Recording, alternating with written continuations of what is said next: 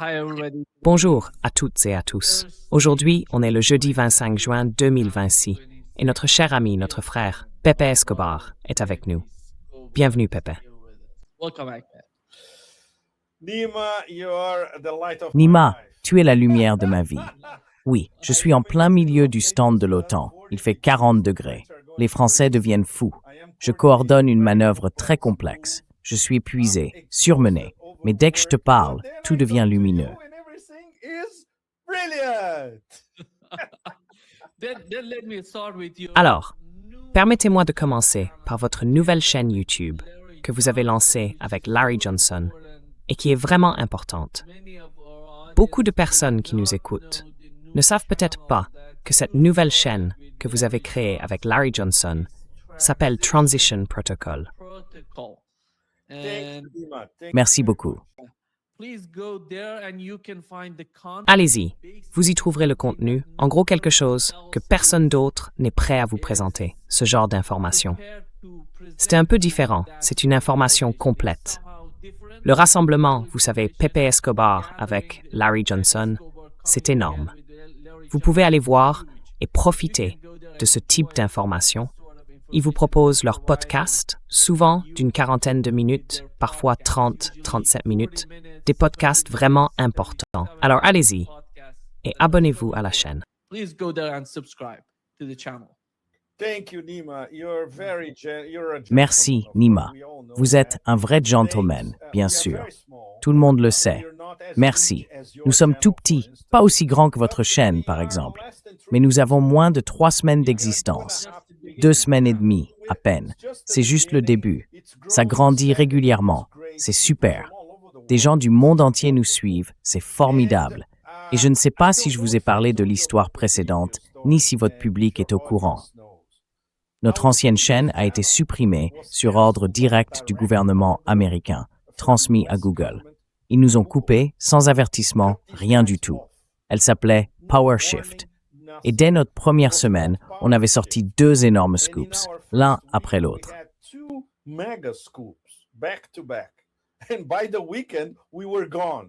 Et le week-end venu, on était parti. Donc voilà, nous sommes de retour avec Transition Protocol. C'est tout petit pour l'instant.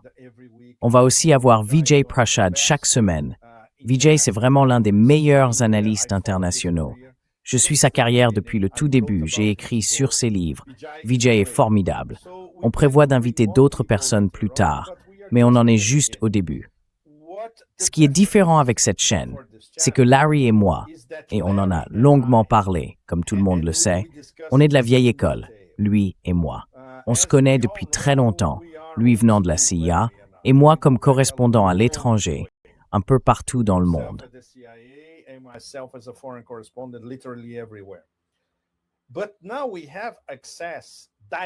Mais maintenant, on a un accès direct à la table des négociations entre l'Iran et les États-Unis.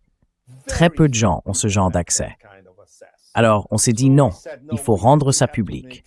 On doit faire au moins 2 émissions par semaine. En fait, ça se passe comme ça.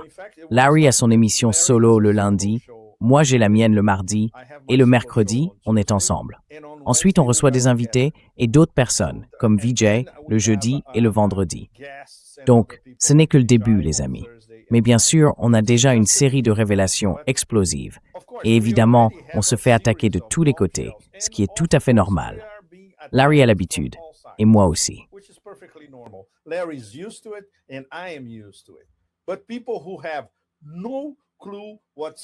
Mais les gens qui n'ont absolument aucune idée de ce qu'est le renseignement profond, comment on obtient ce genre d'informations?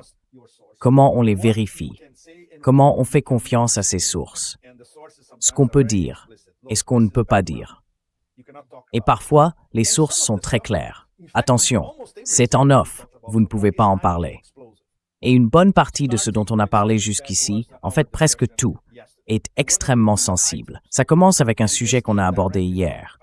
L'un des points essentiels vient directement du renseignement militaire pakistanais. Et d'habitude, ils ne partagent pas ce type d'informations. On a appris, par d'autres contacts en Asie du Sud et en Asie de l'Ouest, que ces gens-là font confiance à Larry et à moi. Ils savent qu'on ne va pas déformer ce qu'on nous transmet. Donc ces informations sont d'une importance capitale, Nima, pour l'Iran, pour vous tous. Let me reintegrate your brain. The audience for global public opinion. Okay, I'll try to put it in a thriller way. Bon, je vais essayer de le raconter comme un thriller ou comme un suspense. Pourquoi, à ton avis, du jour au lendemain, la campagne israélienne d'assassinat de dirigeants et de scientifiques iraniens, des acteurs très importants dans la sphère politique, géopolitique, économique et militaire iranienne, pourquoi cette campagne s'est-elle arrêtée d'un coup? Eh bien, on a eu notre réponse tout de suite, après l'assassinat d'Ali Larijani, grâce aux renseignements militaires pakistanais. À ce moment-là, comme toi, Nima, tu le sais très bien, Larijani était, je dirais, l'homme le plus puissant d'Iran. Le guide Mojtaba Khamenei se remettait encore de ses blessures et il était pratiquement silencieux après la frappe de décapitation du 28 février. Et Larijani, lui, coordonnait tout, le volet politique, le volet militaire, la communication publique, la diplomatie et tout le reste.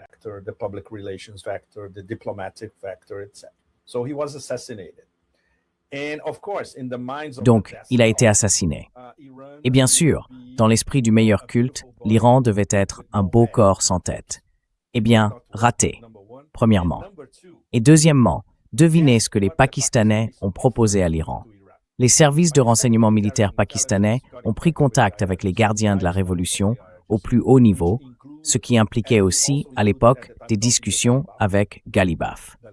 Ghalibaf était alors, disons, le numéro 2 le plus important en Iran. Et ils ont dit, écoutez, on peut vous aider avec ça, essentiellement parce qu'ils avaient déjà reçu de l'aide des Chinois. Les Pakistanais avaient mis en place un centre de contre-espionnage et de guerre électronique entre Islamabad et Rawalpindi, extrêmement sophistiqué, encore une fois, avec l'aide des Chinois.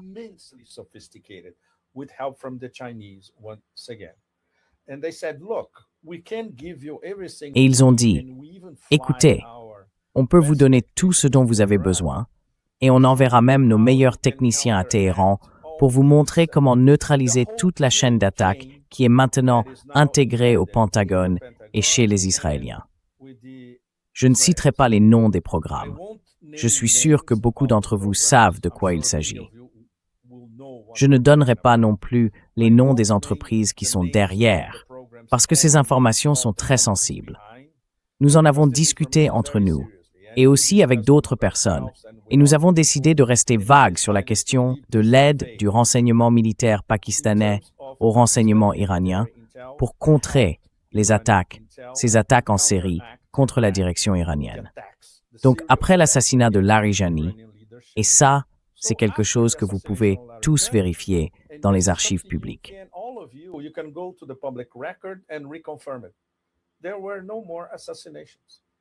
Il n'y a plus d'assassinat, point final.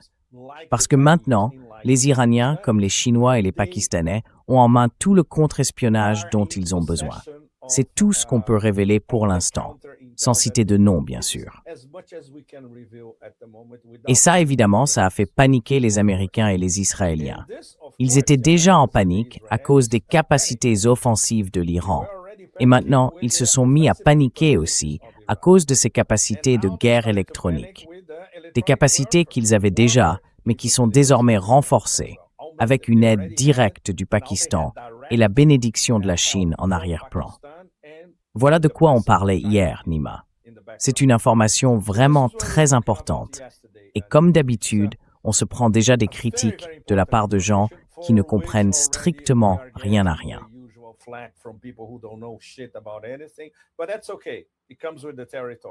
Mais c'est pas grave, ça fait partie du jeu, non? Alors voilà ce que vous pouvez trouver si vous allez sur notre chaîne, qui est encore toute jeune et toute petite pour le moment. Vous y trouverez des infos que vous ne verrez nulle part ailleurs. Et c'est un engagement que Larry et moi, on prend avec vous tous. Tous, ce que vous entendez est vrai. Ce sont des informations solides, vérifiées, et si on peut dire ce qu'on dit, c'est parce qu'on a confiance en nos sources. C'est vraiment très important. Et tout aussi important, c'est que nos sources ont confiance en nous. C'est pour ça qu'elles nous donnent ce genre d'informations.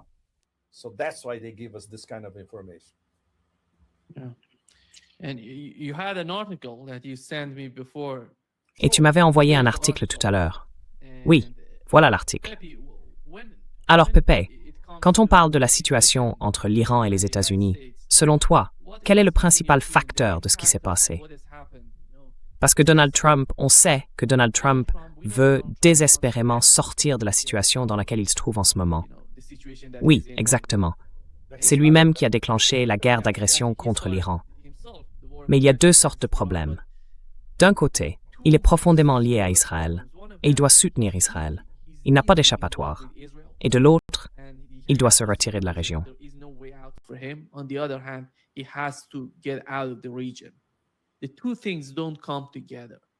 Ces deux choses n'ont rien à voir. Et selon vous, que faut-il retenir de la dernière rencontre qu'on a eue entre les deux Américains et l'Iran en Suisse? C'était d'ailleurs un moment assez incroyable. Vous vous souvenez, le même jour, Donald Trump tweetait « Je vais te tuer, puis je vais frapper l'Iran plus fort qu'avant ». L'équipe iranienne voulait quitter la table. Et ensuite, on a vu ce qui s'est passé quand J.D. Mann a déclaré « On a tout réglé en 9 heures, on a discuté ensemble ». Alors, comment voyez-vous la position, la situation dans laquelle se trouvent les États-Unis, et Donald Trump en particulier?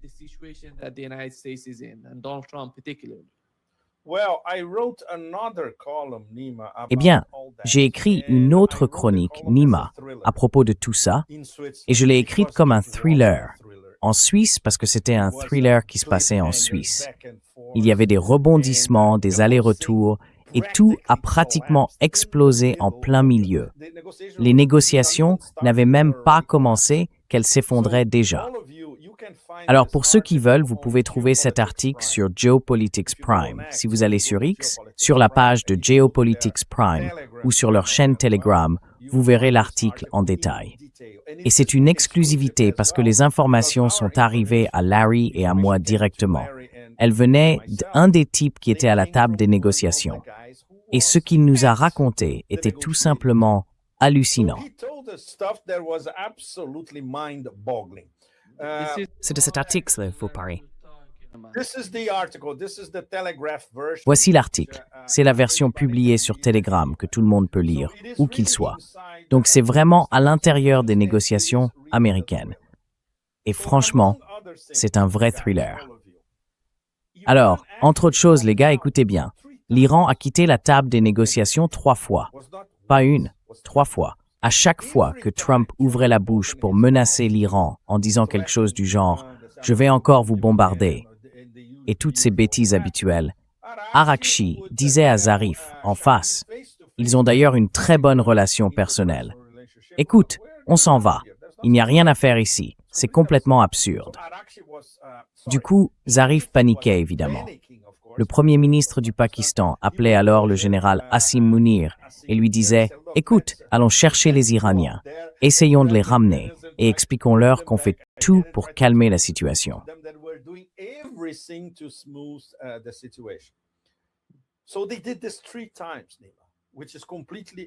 Ils ont fait ça 3 fois, ce qui est complètement dingue. Et à la fin, tu te rends compte que les gens autour de Vance, pas Vance lui-même, disaient aux Pakistanais de dire aux Iraniens « Écoutez, ne faites pas attention à toutes ces vociférations sur Truth Social qui viennent de Washington. Nous, on est là et on veut traiter avec vous, même si on ne se parle pas directement. » C'est une autre information importante, Nima. Les deux délégations ne se sont jamais adressées un seul mot. Tout passait par des intermédiaires, surtout les Pakistanais, mais aussi les Qataris. Donc c'était un va-et-vient permanent. Je suis sûr que beaucoup d'entre vous ont vu la vidéo où Arakchi entre dans la salle. Il va directement vers Sharif, il se parle. Arakchi ne jette même pas un regard vers le fond de la pièce, là où Vance le fixait, comme un cerf pris dans les phares. Arakchi ne l'a même pas regardé.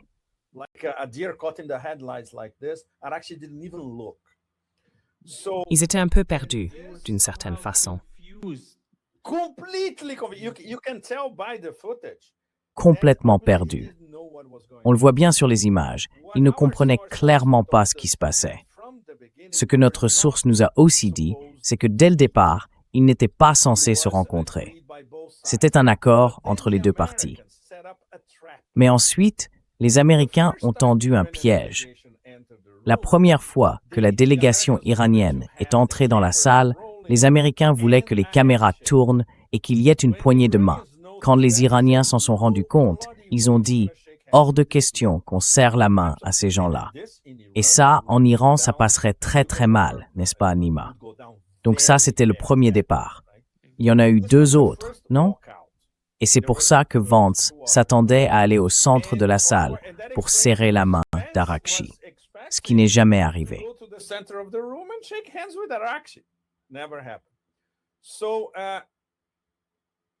Alors, un autre des départs, le troisième en fait, a été le plus dangereux de tous. Parce qu'en gros, Arakchi a dit à Sharif, « C'est fini, cette fois c'est définitif. Bon, tu as essayé de nous expliquer 2 fois. Une troisième, allez, ça suffit. » Tu sais ce qui s'est passé. Le prince Faisal, ministre des Affaires étrangères d'Arabie Saoudite, a appelé Asim Munir personnellement sur le téléphone de Munir, parce qu'il suivait tout évidemment. Et il lui a dit, « Écoute, cette affaire ne peut pas échouer. » Ce sont ces mots, d'après notre source.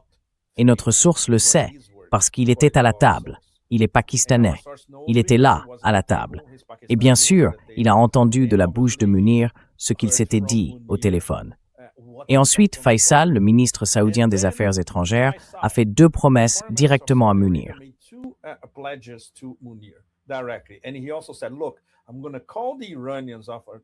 Et il a aussi dit, « Écoute, je vais appeler les Iraniens après t'avoir parlé, et je vais leur dire exactement la même chose que je te dis maintenant. Premièrement, on peut garantir l'argent. Si Trump décide de se retirer et de ne pas payer les 12 milliards de dollars, c'est 6 milliards d'abord, puis un peu plus de 6 milliards dans la deuxième phase, et enfin 12 milliards dans la troisième, soit un total de 24 milliards. Si Trump dit non, pas de problème.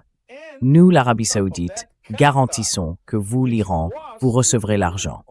Et en plus de ça, le Qatar, qui était déjà dans la salle, avait déjà promis à l'Iran, « Écoutez, ne vous inquiétez pas, votre argent est dans nos banques. Donc quoi que fassent les Américains, on dira à nos banques de vous verser l'argent qui vous appartient. » Alors tu imagines, Nima, en moins d'1 heure à peine, 2 grandes nations du Golfe promettent à l'Iran que l'Iran aura bien son argent.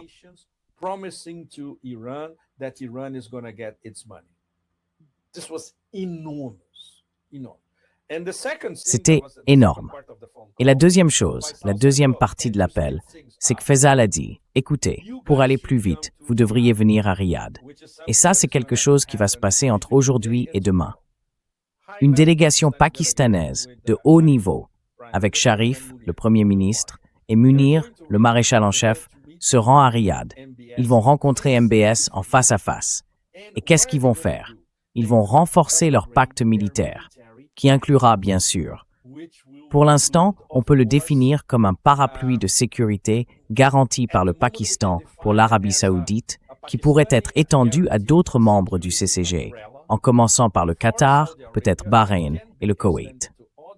Les Émirats arabes unis, c'est une autre histoire, beaucoup plus compliquée, pour plus tard.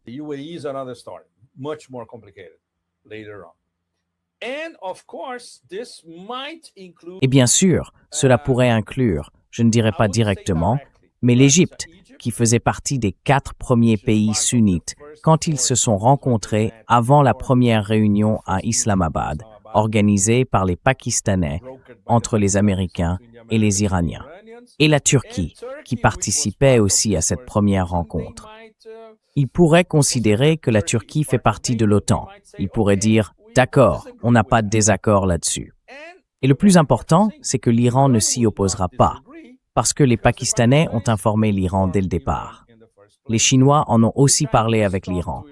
Les Chinois, les Pakistanais et les Iraniens sont très étroitement alignés. Et la Chine veut de bonnes relations entre l'Iran et le CCG, parce que cela sert avant tout ses intérêts géoéconomiques.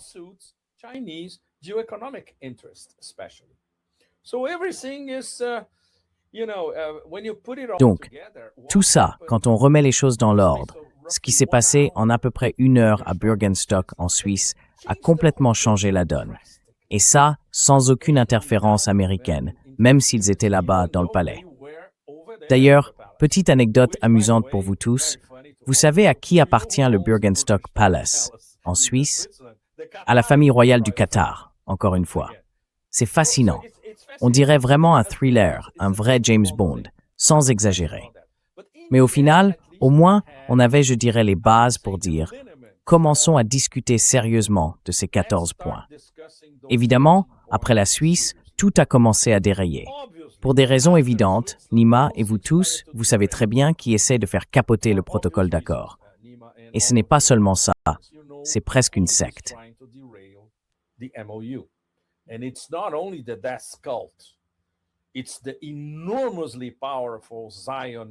C'est l'axe sioniste extrêmement puissant entre Washington, le Maryland, la Virginie, le New Jersey et New York, et les néoconservateurs, et surtout les donateurs de Donald Trump, à commencer par Miriam Adelson, qui a pratiquement financé la majeure partie de sa campagne.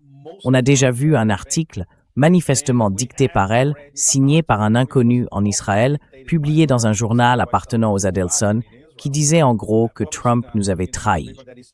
Donc, c'est déjà le début d'une campagne publique contre Trump. Il est acculé par le lobby sioniste, acculé par les néoconservateurs, acculé par beaucoup de gens au sein du Parti républicain, acculé par les démocrates et acculé par l'opinion publique et les chiffres.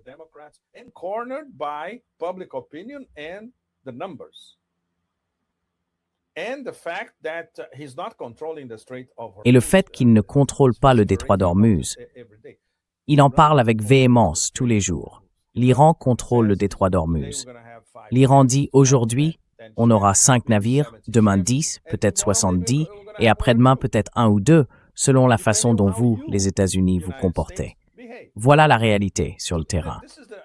Et pour un type avec un ego grand comme la Voie lactée, comme lui, c'est tout simplement insupportable. Mais en même temps, il regarde ses contraintes. Et pour revenir au thème de cette chronique que vous avez montrée à l'écran, je m'étais amusé à le comparer à Crassus, qui a perdu la bataille de Car en 53 avant Jésus-Christ, quand les Romains ont été vaincus par les Perses.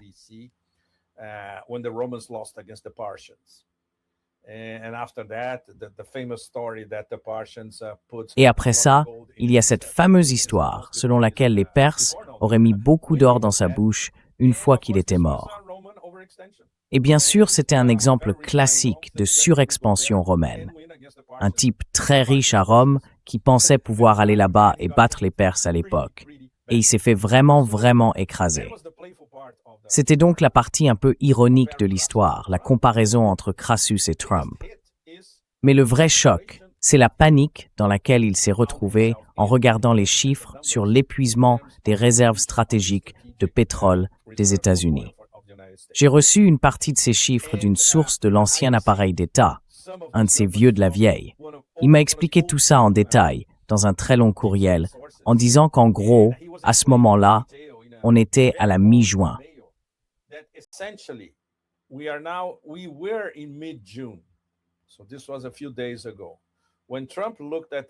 C'était il y a quelques jours. Quand Trump a regardé les chiffres, il a vu que d'ici la mi-août, on atteindrait la limite absolue de l'épuisement des réserves stratégiques. Et du jour au lendemain, le prix du pétrole allait s'envoler. L'inflation aux États-Unis allait exploser et ce serait un vrai chaos. Ça aurait dû être la raison numéro 1 pour qu'il s'accroche désespérément au protocole d'accord ou à un accord tout court.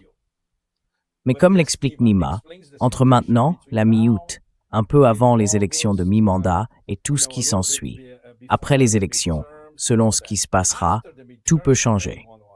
Et cette information, ou plutôt cette série de rumeurs, circule déjà à Washington. Il reviendrait à la guerre après les élections de mi-mandat.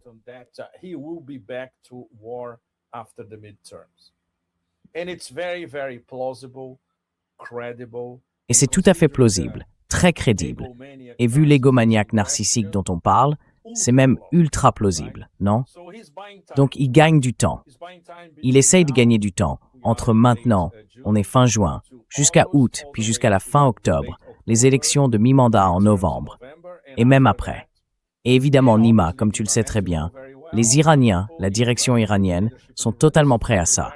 Ils ne se font aucune illusion. Ils ne se font aucune illusion non plus sur le fait que les Américains suivront les délibérations ou les recommandations prévues dans le protocole d'accord. Le processus conflictuel a déjà commencé. On a Marco Rubio qui ouvre la bouche et enchaîne les stupidités sur le statut international du détroit d'Ormuz. Il n'y a pas d'eaux internationales dans le détroit d'Ormuz.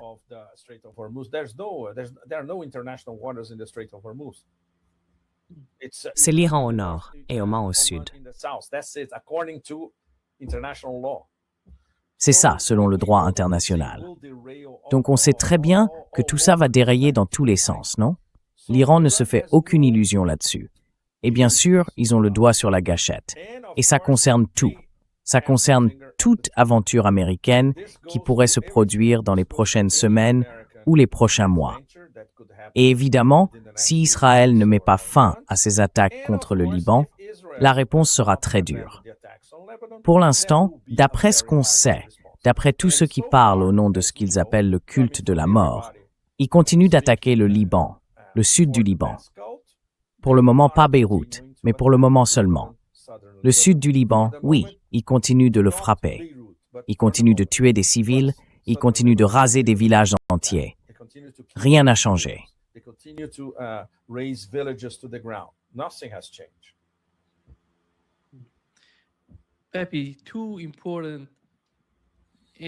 Pépé, deux événements importants. Le premier, c'est ce rapport selon lequel les services de renseignement pakistanais pensaient que le Mossad voulait assassiner Asim Munir. Et le second, c'est ce qui s'est passé au Qatar, parce que ces deux pays jouaient un rôle clé pendant le sommet. Ils servaient de médiateurs entre les deux camps. Et là, il y a eu une énorme explosion au Qatar. Laquelle?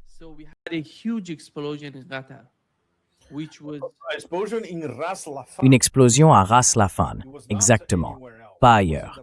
C'était dans le nœud gazier le plus important du Qatar. Tout ça porte clairement les signes d'un faux drapeau. D'ailleurs, les services de renseignement iraniens pensaient que c'était Israël.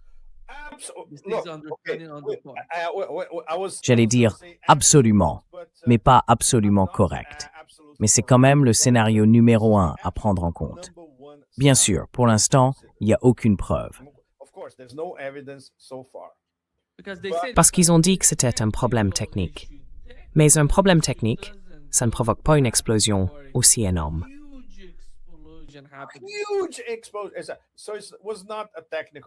Énorme explosion. Donc ce n'était pas un problème technique. Et évidemment, les Qataris doivent être extrêmement prudents. Ils ne peuvent pas accuser Israël directement, sinon ils risquent d'être attaqués à nouveau.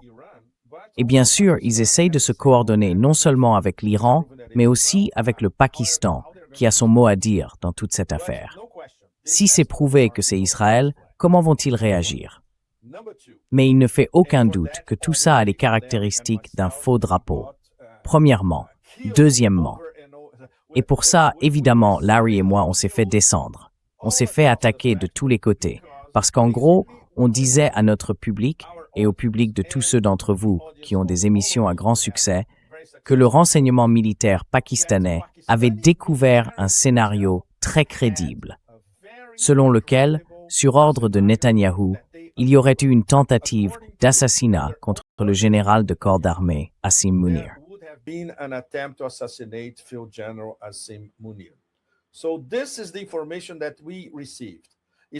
Voilà les informations qu'on a reçues.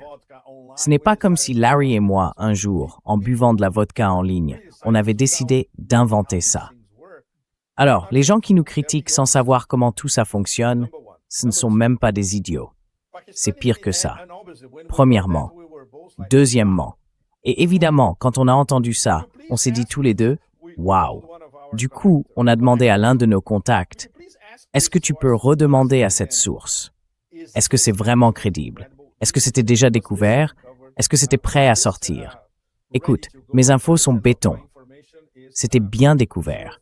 Et ils ont fait passer le message par les médiateurs habituels.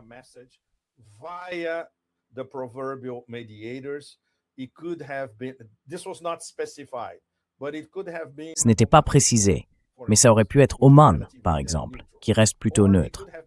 ou bien ça aurait pu passer par la Turquie, vers Tel Aviv. En gros, si vous touchez à notre délégation qui part en Suisse, et surtout si vous touchez au maréchal Hassim Munir, on vous raide la carte. Devinez ce qui s'est passé juste après? Rien. Apparemment, Tel Aviv a bien compris le message.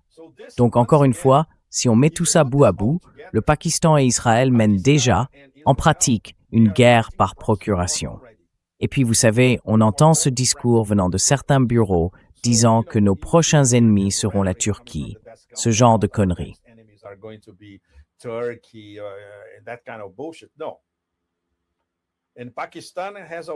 Non. Et le Pakistan a déjà fait passer un message aux Israéliens. Écoutez, on vous a à l'œil. Alors vous feriez mieux de vous tenir tranquille, ou du moins d'éviter de vous comporter comme d'habitude, de façon presque animale, parce que sinon, il y aura un prix à payer. Donc on a deux éléments d'affilée. D'abord, les renseignements technologiques qu'ils ont transmis à l'Iran pour empêcher les assassinats israéliens de dirigeants iraniens. Et en plus, le renseignement militaire pakistanais a découvert ce complot visant à tuer Munir, ou peut-être d'autres membres, voire toute la délégation pakistanaise. C'est donc une affaire qui va évoluer très très vite, et c'est quelque chose auquel nous devrions tous prêter une attention énorme.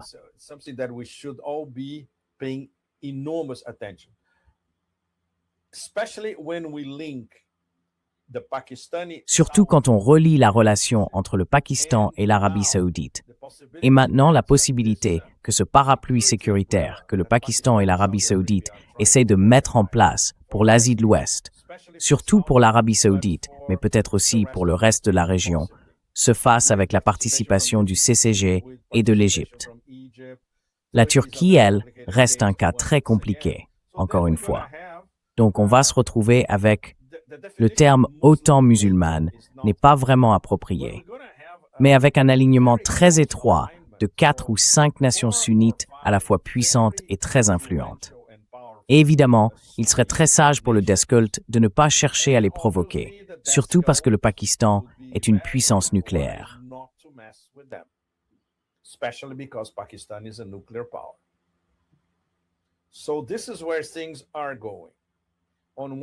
Voilà où en sont les choses d'un côté, Nima.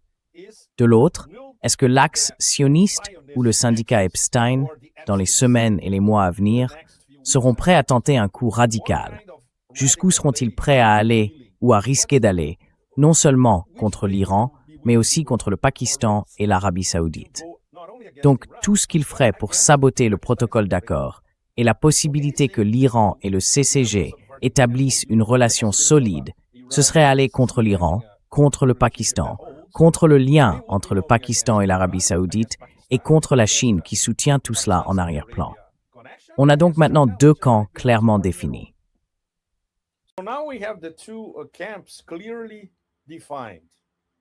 Et la situation devient de plus en plus instable, minute après minute. Parce qu'on le sait, Nima, tu le sais, notre public le sait, les sionistes n'abandonneront jamais. Jamais. Ils n'abandonneront jamais le Liban. Ils n'abandonneront jamais la Syrie. Et bien sûr, Gaza et la Cisjordanie, on sait tout ce qui s'y passe déjà. Et ils n'abandonneront jamais l'Iran non plus. Ils n'abandonneront jamais leur expansion, sans fin. Et ça concerne tout le monde. Ça veut dire voler des terres à l'Irak, voler des terres à l'Arabie saoudite, à la Jordanie, peu importe. Ils ne s'arrêteront jamais. Il n'y a qu'une seule façon de les arrêter. On sait tous laquelle. Et l'Iran le sait aussi. Il n'y en a pas d'autre.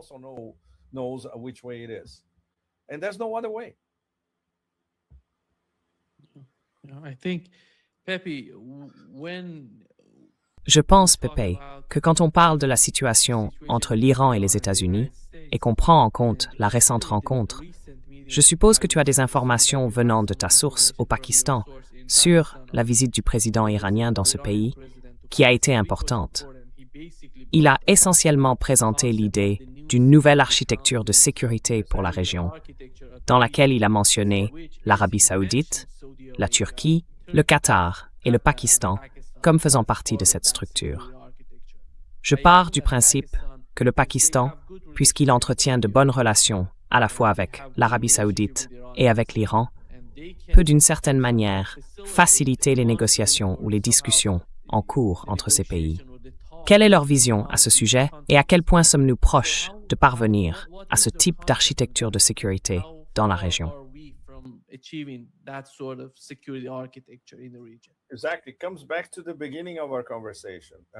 Exactement.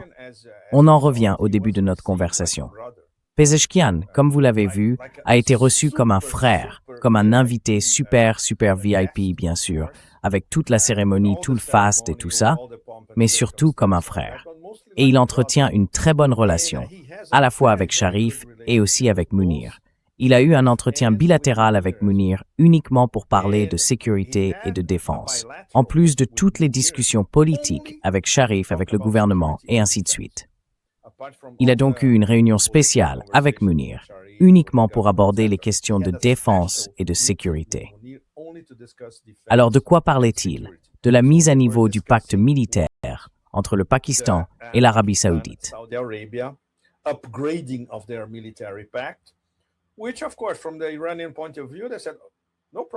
Du point de vue iranien, évidemment, ils ont dit « pas de problème, on vous fait confiance ». Et on fait confiance à la Chine derrière tout ça. Les Chinois veulent que ça fonctionne. Et clairement, c'est la prochaine étape pour mettre en place un parapluie de sécurité en dehors des Américains. Alors, vous imaginez bien à quel point ça affole la Maison-Blanche, le Pentagone et tout l'appareil d'État profond. Mais c'est comme ça que les choses évoluent. Si on regarde l'Iran, le Pakistan, l'Arabie saoudite et la Chine, c'est bien la direction que ça prend. Les acteurs plus petits devront suivre le mouvement, c'est certain. Et donc, une fois de plus, la machine s'est vraiment mise en marche ce week-end à Bürgenstock, en Suisse.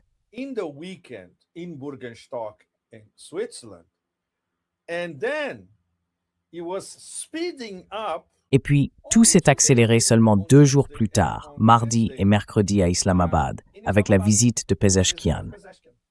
Tout est lié et ça va très très vite. Tellement vite qu'on n'a toujours pas, je ne dirais même pas une réponse, mais pas le moindre commentaire venant de Washington à ce sujet. Ils sont terrifiés, parce que tout ça se déroule sous leurs yeux, et ils ne peuvent rien faire pour l'empêcher. Qu'est-ce qu'ils vont faire? Bombarder l'Arabie saoudite.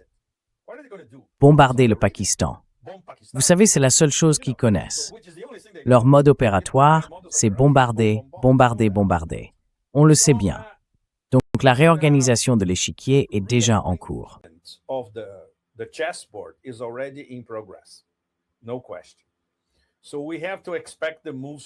Sans aucun doute. Nous devons donc nous attendre à des réactions de l'autre camp.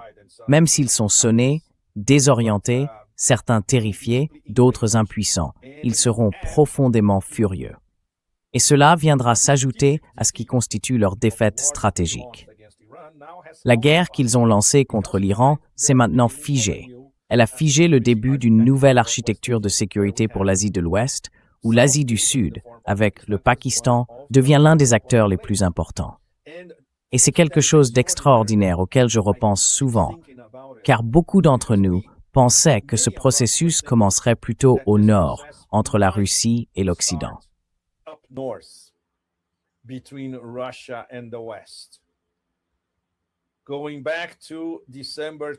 Si on revient à décembre 2021, quand ces lettres ont été envoyées par Poutine à l'OTAN et à l'ancienne administration américaine, elles portaient sur l'indivisibilité de la sécurité.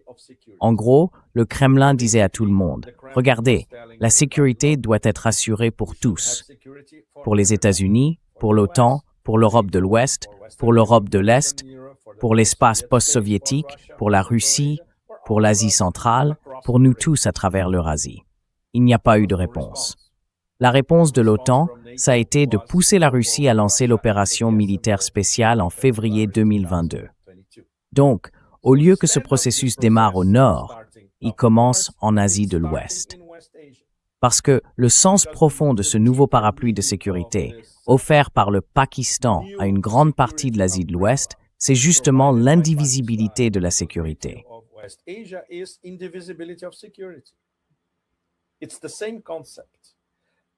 C'est le même concept.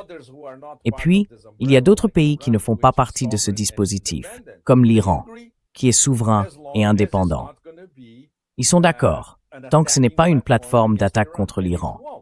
Et ce ne sera pas le cas, parce que le médiateur et le garant de ce parapluie de sécurité, le Pakistan, joue justement un rôle de médiation entre l'Iran et les États-Unis. Donc les rôles ont complètement changé. Et bien sûr, c'est très, très important que le Pakistan ait maintenant ce rôle en Asie de l'Ouest, un rôle qu'il n'avait pas auparavant. Ça change totalement l'équation. Les Saoudiens font preuve de beaucoup de pragmatisme et ils savent qu'ils ont besoin d'un arrangement avec l'Iran. Quant aux Russes, aux Égyptiens et aux Turcs, on ne sait toujours pas jusqu'à quel point.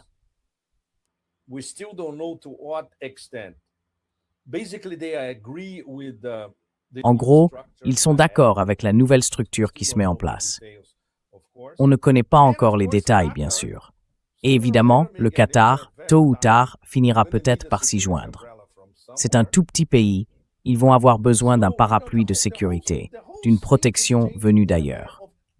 Donc tu vois, tout est en train de changer en quelques jours à peine. Ce n'est pas étonnant, Nima, qu'on entende sans arrêt ce discours incohérent, ce blabla qui vient de Washington. Ils ne comprennent même pas. Ils ne réalisent pas à quel point c'est énorme. D'abord, parce qu'ils vivent dans une bulle. Ensuite, parce qu'ils ne comprennent pas les autres cultures. Ils ne comprennent pas d'autres façons de penser. Ils ne respectent pas ces différences. Et tout ça se passe littéralement sous leurs yeux. Et ils ne sont même pas capables de comprendre pourquoi.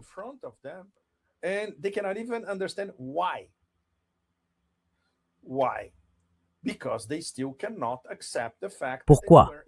Parce qu'ils n'arrivent toujours pas à accepter qu'ils ont été battus sur le plan stratégique. Même s'ils signent un protocole d'accord, que leur président veut absolument, parce que c'est la seule porte de sortie qu'il a trouvée, il est déjà en train de la saboter. Il sabotait le protocole d'accord avant même que les discussions ne commencent en Suisse ce week-end. Et il continue de le saper, pratiquement tous les jours. Donc oui, ça va continuer, n'est-ce pas? Et maintenant, on en arrive, je dirais, à une situation vraiment fascinante où tout dépend probablement de J.D. Vance pour que ce protocole d'accord avance. Vous vous rendez compte? Tout le monde autour de la table doit compter sur J.D. Vance. C'est le seul qui semble un peu normal dans cette histoire. Mais on sait tous qui se cache derrière J.D. Vance.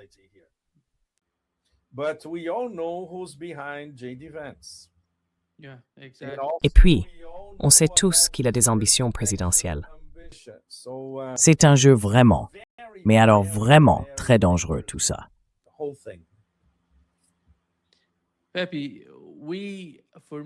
Pepe, pendant des années, aux États-Unis, on parlait d'un pivot vers la Chine, d'un pivot vers l'Est. Et administration après administration, on a vu arriver de nouvelles crises. L'administration Biden a créé la guerre en Ukraine et celle de Trump a déclenché une nouvelle guerre au Moyen-Orient, en Asie de l'Ouest, contre l'Iran. Cette guerre est encore dans une sorte de pause.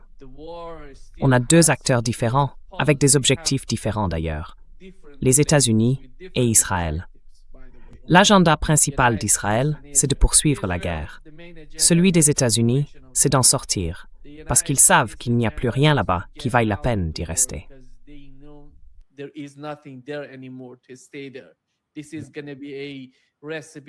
Ça va être une recette pour le désastre. Les États-Unis ont déjà connu ça, en Irak et en Afghanistan. Donc c'est la même chose. En fait, c'est encore pire, parce qu'avec le temps, la fragilité de leur présence dans le golfe Persique finirait par être, disons, mise à nu. C'est une région que l'Iran domine sur le plan militaire. Donc les États-Unis reconnaissent qu'il y a un coût énorme, géopolitique, militaire. Et quand on pense à toutes les difficultés qu'ils ont eues pendant la guerre, puis pendant le cessez-le-feu, depuis qu'il a été annoncé, eh bien, c'est là tout le problème.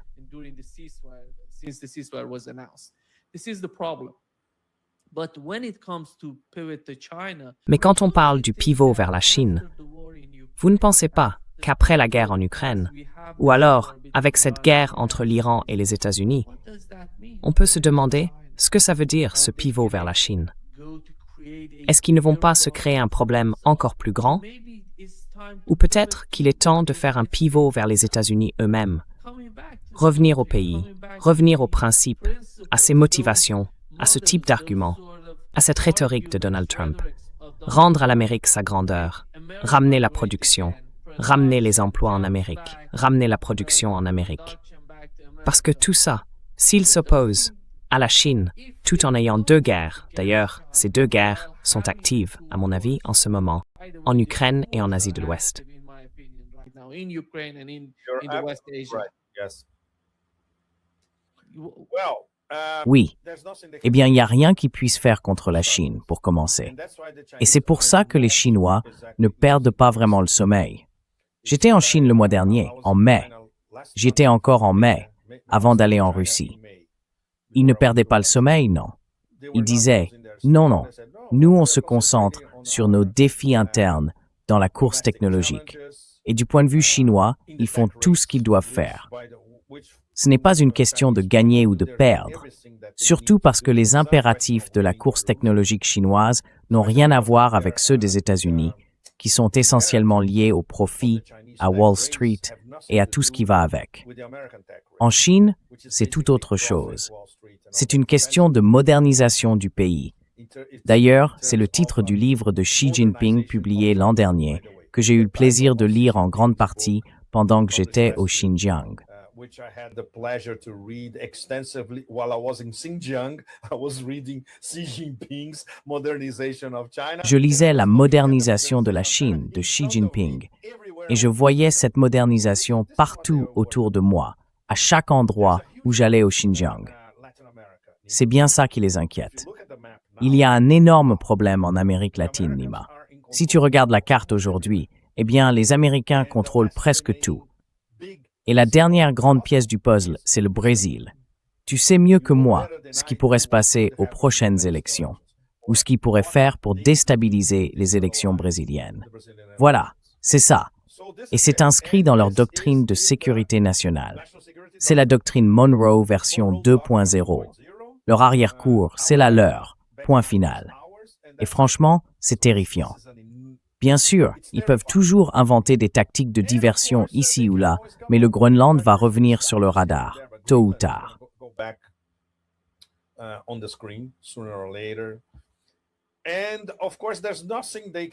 Et bien sûr, il n'y a rien qu'ils puissent faire en mer de Chine méridionale, surtout là-bas. Et pour Taïwan, c'est la même chose. Ils savent que s'ils tentent quoi que ce soit à Taïwan, la réaction chinoise sera très très dure contre l'Amérique, pas contre Taïwan. Évidemment, si une forme d'agression contre la Chine venait de Taïwan, ce qui n'arrivera jamais, ce serait une autre histoire. Mais les Chinois savent que les Américains sont capables de monter une fausse attaque, un faux drapeau, en mer de Chine méridionale ou même à Taïwan. C'est donc un énorme problème.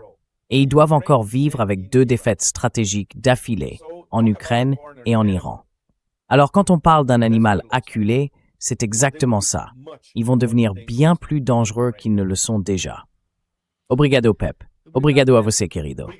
Désolé, mais je dois y aller. Muito obrigado. Muito obrigado. Très heureux de vous voir et de pouvoir discuter avec vous.